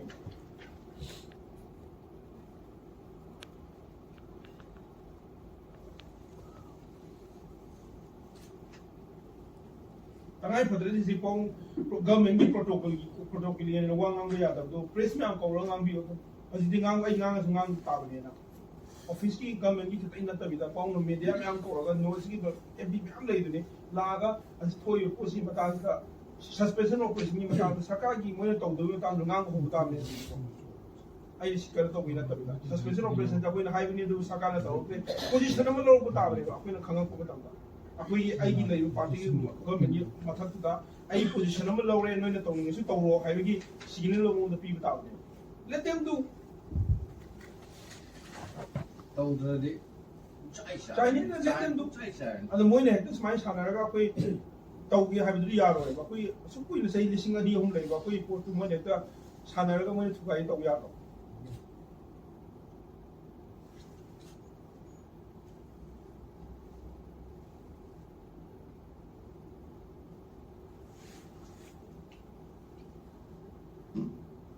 even nahan 24 da apoi look amana ma'am loi la kauri do in sapi jo kaung su nam di moina haini kai lagi ta la ngoni loi ba ka lai min yaw la gadi Kare do pira pai personally hangi khalam mani ji lo ga do pira ko pare na si doram bai ji sapi ko liam la e ji director do ama thabi ro koi da thing ge na koi da thing ge ra WhatsApp da thabi ra ke cham mane thabi ro na ko ai tin de le bo ki ngani do moi na hai cha do ko ba to ko mo ji ai indang le ra lakpiu yaubi ho koi minister ni MLA ne na koi ba ko noi na tela dei ye koi mane na ba ko tu jo di sta la ko to ga di ti ku tu na ni no ho ai ga ni na sapi social media loi hai loi ma hai kula chala ga mana ra ga ne ang lep se apoi je congress ki bjp na ta ne mana ba da kai do ge ngam se delhi da kai do ge ngam moina kai do ngam bi yang se ba da ꯌꯥꯝ ꯐꯖꯕ ꯋꯥꯍꯩꯗꯨ ꯃꯣꯏꯅ ꯏꯕ ꯃꯇꯝꯗ ꯁꯤꯖꯤꯟꯅꯕ ꯑꯩ ꯊꯦꯡꯅꯕꯗ ꯅꯨꯄꯥ ꯃꯌꯥꯝꯗꯨꯅ ꯀꯪꯂꯥ ꯃꯅꯨꯡꯗ ꯊꯝꯃ ꯅꯨꯄꯤꯅ ꯉꯥꯛꯀꯅꯤ ꯀꯩꯝꯇ ꯁꯣꯜꯂꯣꯏ ꯍꯥꯏꯕꯒꯤ ꯋꯥꯍꯩ ꯑꯃꯗꯨ ꯁꯤꯖꯤꯟꯅꯕ ꯏꯃꯥ ꯏꯕꯦꯟ ꯃꯌꯥꯝꯗꯣ ꯑꯃꯨꯛ ꯆꯪꯍꯜꯂꯣꯏ moi press mo try ni ngak pai kai ni ngak ani patta ko thola da ꯏꯃꯥ ꯏꯕꯦꯟꯅ ꯅꯨꯄꯥꯁꯤꯡꯁꯦ ꯀꯅꯥꯝ ꯁꯣꯜꯂꯣꯏ ꯑꯗꯨꯒꯤ ꯗꯥꯏꯇ ꯑꯩꯈꯣꯏ ꯂꯧꯖꯒꯦ ꯀꯪꯂꯥ ꯃꯅꯨꯡ ꯏꯃꯥ ꯅꯨꯄꯤꯃꯨꯛ ꯆꯪꯉꯣꯏꯁꯤꯅꯦꯕ minister MLA chief minister yau di function ni da kana na yang do ka ni koi mayam na public na ho ko function ꯋꯥꯍꯩꯁꯦ motion du wa gyan ꯑꯩꯈꯣꯏ ꯄꯨꯂꯞ ꯆꯪꯈ꯭ꯔꯒꯗꯤ ꯀꯩꯅꯣꯝ ꯊꯥꯗꯔꯒ ꯑꯩꯈꯣꯏꯒꯤ ꯋꯥꯔꯤꯕꯨ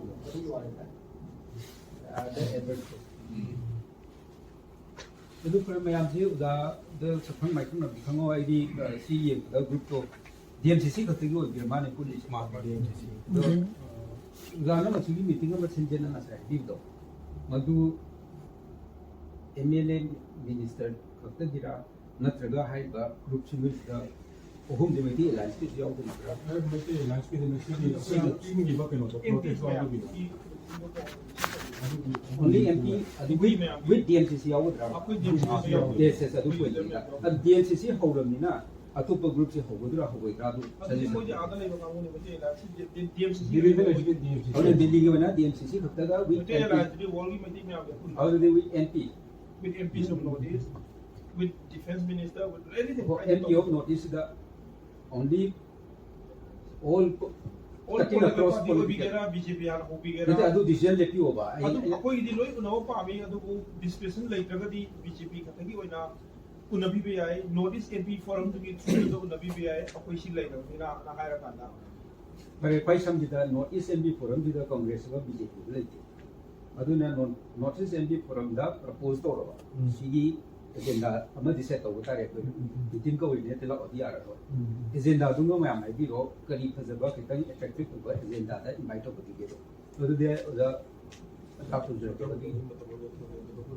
time da adu agenda Agenda di ko Manipur thanipan irang to e. Ja government na si irang lusin bangam di as a government responsibility un akoi control to na nui mating pa. That's only all. Man irang lusin mo mo mathong le ba. Adu lai bu potu ngam dra as an MP notice MP nui help pa mi. We need your help. We are dying. We are bleeding. Nui help pa mi. Akoi ki lai ba Delhi ki kut na sunai ko na pa mi. Ai do moi da ai bi pa. adu MP forum ko di kari se da ko Asiki Manipur violence se apoi soe thanipan da asiki kano tawri security ni forces yan sang na hairu ko pedi patu do de agenda do tang hai je ko ai lu hong ba la piu chap ko la de ma ya bi suggestion lo jo bon ai na de decision lo ga mami thom ju lu do ma ya na pen ba pen da bai bu nei na ai tham dei poi ti ma yang gi kanu tu sat che ni da la ya ji oh really then kang na ma from the order ko DMCC side ꯑꯗꯨꯗ ꯑꯗꯨꯝ ꯂꯣꯏ ꯁꯨꯕ ꯌꯥꯔꯦ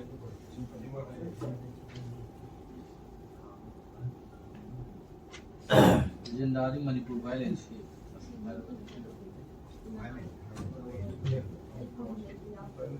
Manipur violence ꯍꯥꯏꯔꯒ ꯑꯦꯖꯦꯟꯗꯥꯗꯣ ꯏꯁꯝ ꯁꯝꯅ ꯑꯗꯨꯗ ꯂꯣꯏ ꯁꯨꯞꯄꯅꯦꯕ ꯚꯥꯏꯂꯦꯟꯁ ꯑꯣꯏꯔꯦ एक्सपर्ट ओजासे वाही दाई दे मामन वाही अमन है खल्ली ꯄꯥꯔꯇꯤ ꯋꯥꯅ ꯇꯦꯀꯣ ꯑꯩꯅ नदी मी आइडिया फजल नंगो भी फोकल इन सी ददी नंग एक्सपर्ट है दो वानी एंगो दे बिना सी फिर से दिखान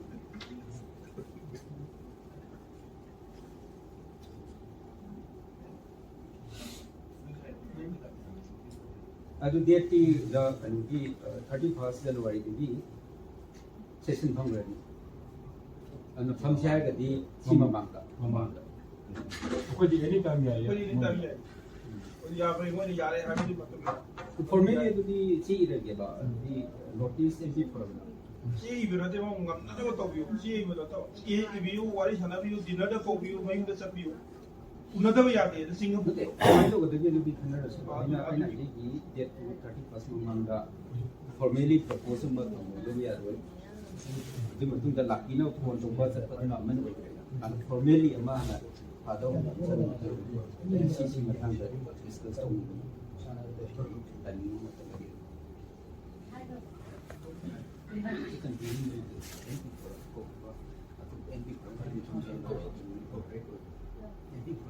ꯑꯩꯈꯣꯏꯒꯤꯗꯤ ꯌꯥꯝ ꯊꯨꯅ ꯇꯧꯕꯅ ꯐꯕ꯭ꯔꯥ ꯀꯔꯤ ꯄꯥꯎ ꯄꯥꯎꯅ ꯀꯔꯤ ꯌꯥꯝ ꯊꯨꯖꯤꯟꯕꯅ ꯐꯠꯇꯕ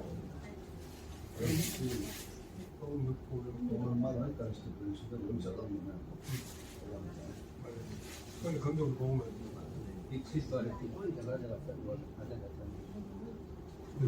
ꯑꯩꯈꯣꯏꯅ ꯄꯥꯝꯃꯤꯗꯤ ꯑꯩꯈꯣꯏꯗꯤ ꯑꯗꯨꯝ ꯑꯩꯈꯣꯏꯅ ꯍꯥꯏꯅꯤꯡꯉꯤꯅ ꯑꯗ ꯑꯩꯅ ꯍꯧꯖꯤꯛ ꯆꯠꯂꯔꯤꯉꯩꯗꯤ ꯍꯥꯟꯅ ꯐꯣꯔꯃꯦꯂꯤ ꯗꯦꯠ ꯑꯃꯗ ꯐꯤꯛꯁ ꯇꯧꯔꯒ ꯐꯣꯔꯃꯦꯂꯤ 27ꯗ ꯇꯧꯔꯁꯤ 26 ꯃꯇꯨꯡꯗꯗꯤ 27ꯗ ꯇꯧꯔꯁꯤ 27 ꯅꯠꯇ꯭ꯔꯒ 28 ꯌꯥꯔꯦ 27 ꯃꯃꯥꯡꯗ ꯀꯩꯅꯣꯝ ꯂꯩꯒꯨꯝ ꯇꯧꯗꯦꯅꯦ ꯕꯤꯇꯤꯡꯗ ꯔꯤꯇ꯭ꯔꯤꯠ ꯆꯠꯅ 27 ꯃꯃꯥꯡꯗ ꯀꯩꯅꯣꯝ ꯂꯩꯗ꯭ꯔꯥ 28 ꯑꯗꯨꯝ ꯂꯩ ꯑꯗꯨꯗꯤ ꯗꯦꯠꯇꯨꯗꯤ ꯑꯃꯨꯛ ꯈꯟꯅꯔꯁꯦ ꯗꯦꯟ ꯑꯩꯅ ꯈꯤꯇꯪ ꯒ꯭ꯔꯦ ꯑꯣꯏꯕ ꯑꯦꯔꯤꯌꯥ ꯑꯃ ꯑꯦꯝꯄꯤ ꯐꯣꯔꯝꯗꯣ ꯑꯣꯖꯥꯅ ꯀꯧꯋꯦ ꯍꯥꯏꯔꯕꯗꯤ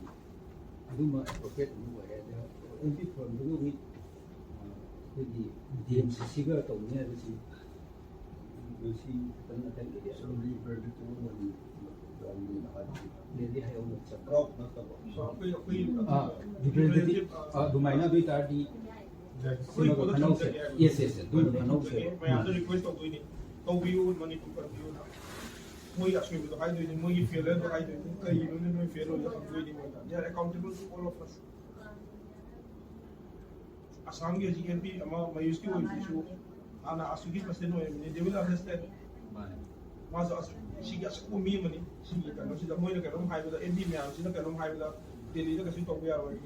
ꯄꯨꯂꯞ ꯃꯥꯟꯅꯔꯒ ꯀꯩꯅꯣ ꯅꯣꯏꯁꯤꯗ ꯁꯤꯒꯤ ꯁꯁꯄꯦꯟꯁꯟ ꯑꯣꯄꯔꯦꯁꯟ ꯂꯧꯊꯣꯛꯈꯤꯕꯁꯤꯗꯤ ꯇꯧꯕ ꯌꯥꯔꯣꯏ ꯁꯤꯗꯤ ꯁꯤ ꯈꯛꯇꯅꯤ ꯑꯩꯈꯣꯏ ꯃꯦꯟ ꯑꯦꯖꯦꯟꯗꯥꯁꯦ ꯑꯝꯇ ꯂꯩꯇꯦ ꯔꯤꯄ꯭ꯂꯦꯁꯃꯦꯟ ꯁꯨ ꯂꯧꯊꯣꯛꯑꯣ ꯍꯥꯏꯕꯗꯤ ꯅꯣꯏꯒꯤ ꯅꯊꯧ ꯇꯧ ꯅꯣꯏ ꯀꯟꯁꯇꯤꯇ꯭ꯌꯨꯁꯟꯅ ꯄꯤꯔꯤꯕ ꯅꯣꯏꯒꯤ ꯃꯦꯟꯗꯦꯠꯇꯨ ꯊꯕꯛ ꯇꯧ ꯍꯥꯏꯕ ꯈꯛꯇꯅꯤ ꯑꯩꯈꯣꯏꯅ ꯍꯥꯏꯁꯦ ꯃꯤ ꯍꯥꯟꯅ ꯌꯦꯡꯉꯒ ꯍꯥꯏꯕ ꯃꯅꯤꯡꯗꯣ ꯇꯧꯔꯤꯗꯣ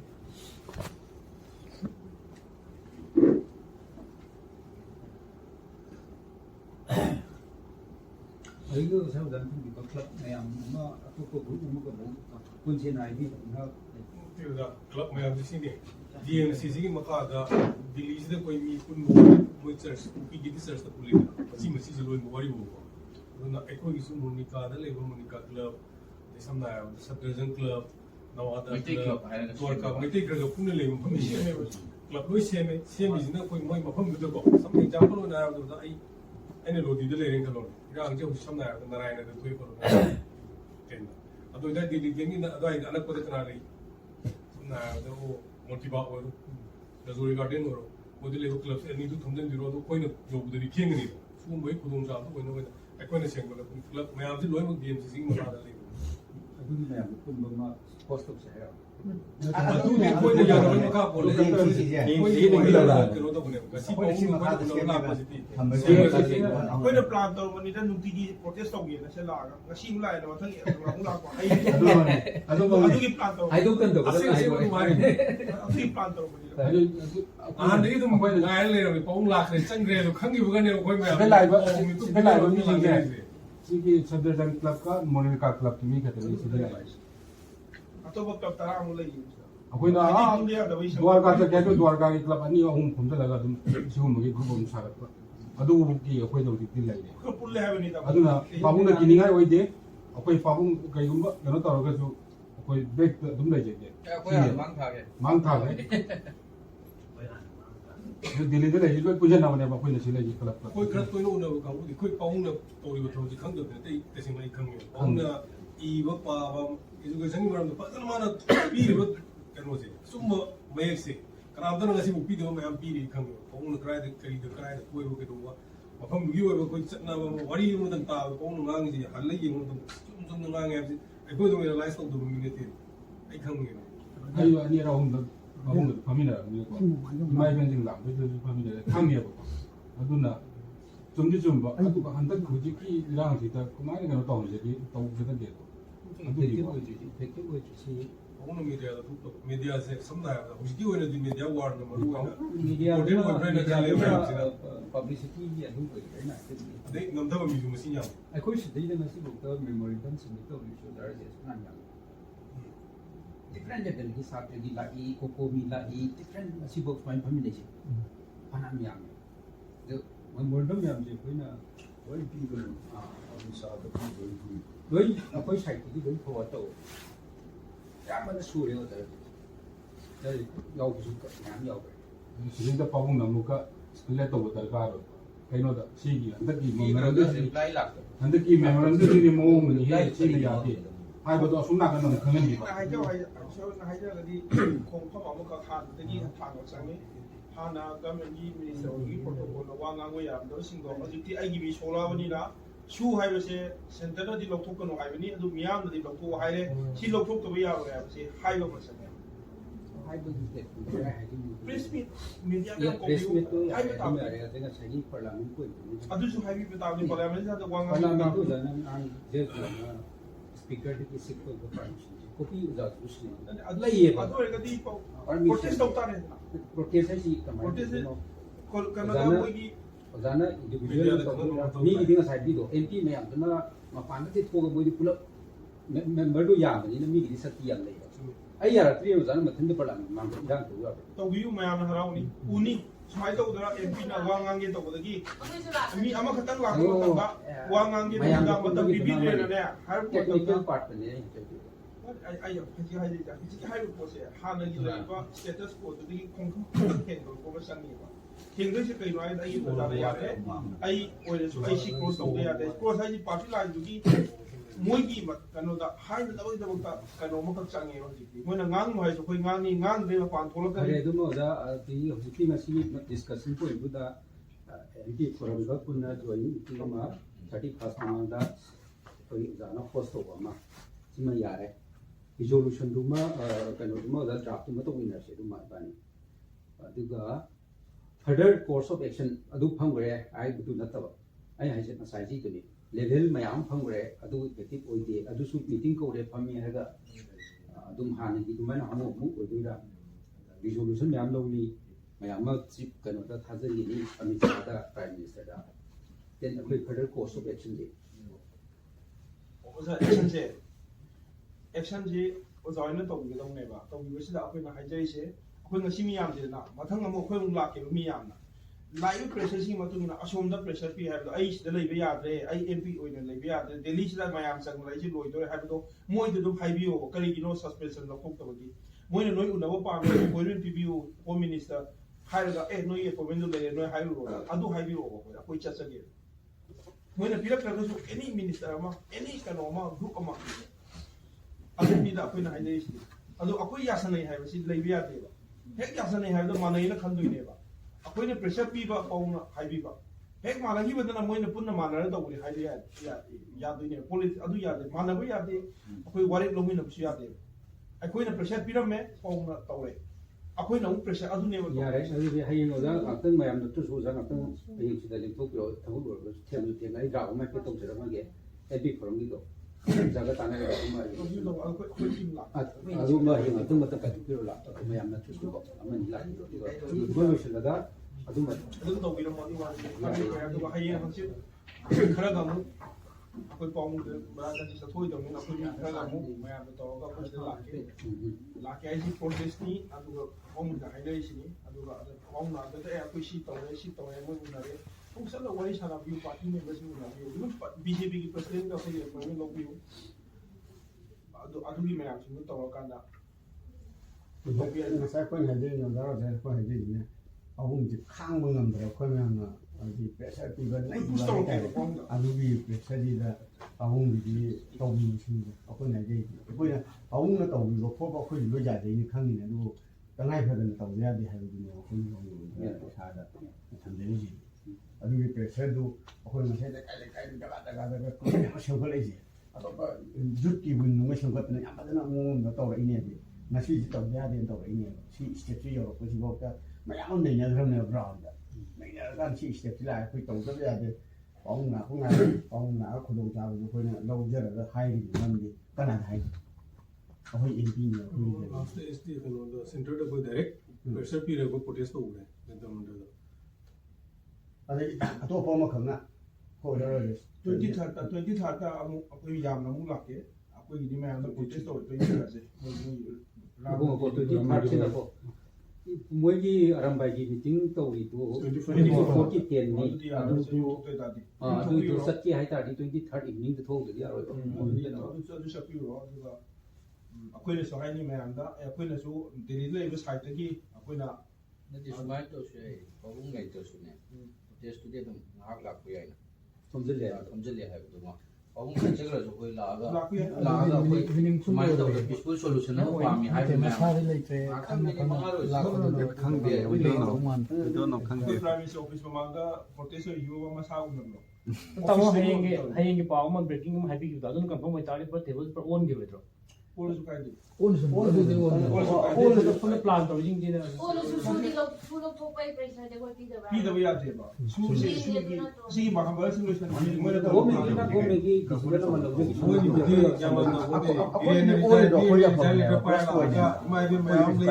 ꯑꯩꯁꯨ ꯑꯗꯨ ꯈꯜꯂꯦꯕ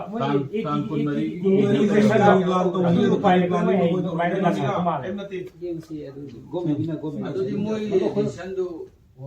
ꯍꯌꯦꯡ ꯊꯣꯛ ꯑꯣꯟꯈꯤꯕ ꯌꯥꯏꯗꯅ ꯅꯣꯏꯅ ꯁꯨꯃꯥꯏꯅ ꯄ꯭ꯔꯦꯁꯔ ꯄꯤꯔꯗꯤ ꯀꯩꯁꯨ ꯀꯥꯏꯗꯦ ꯃꯣꯏꯁꯨ ꯇꯧꯖꯅꯣ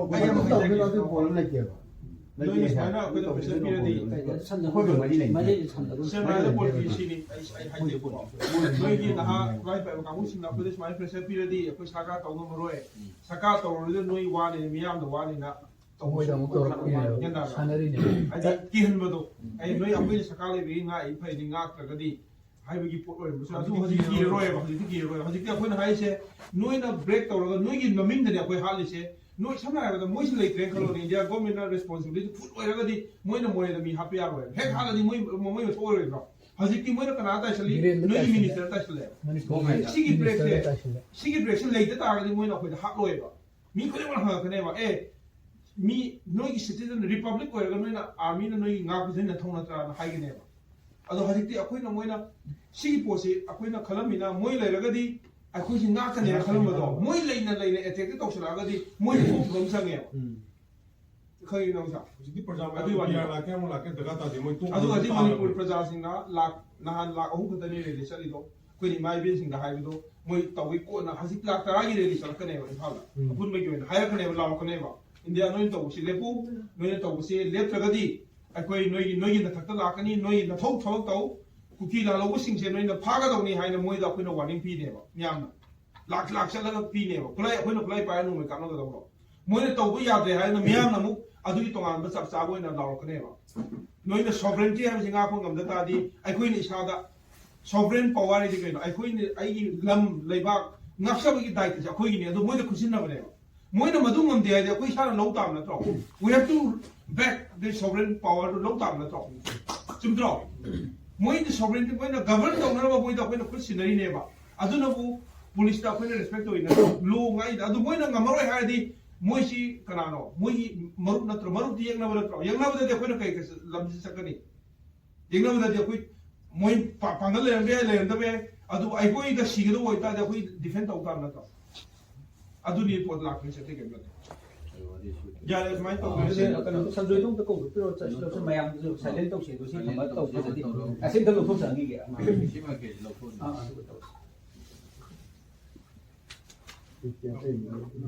ya ka lo isin ni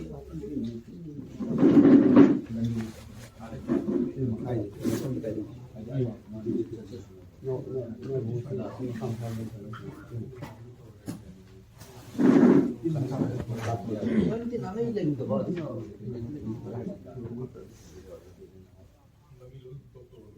Doktor si trong dia.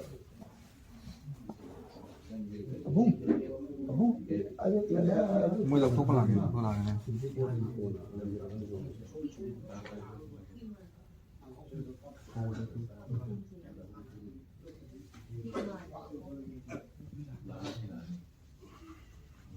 모자 공부 좀 신기해요.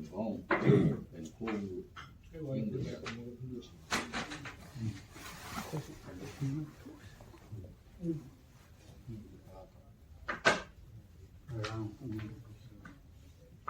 Fourteen di pirate nila tayo.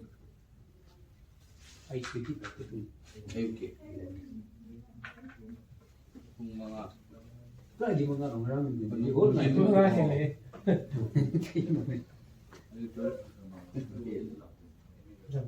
non-stop ta. Dubai na lang. Natin stop to sila. 창원.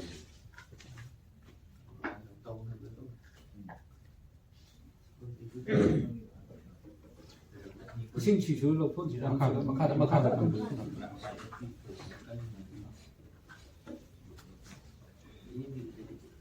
거의 인기하시고 그러시면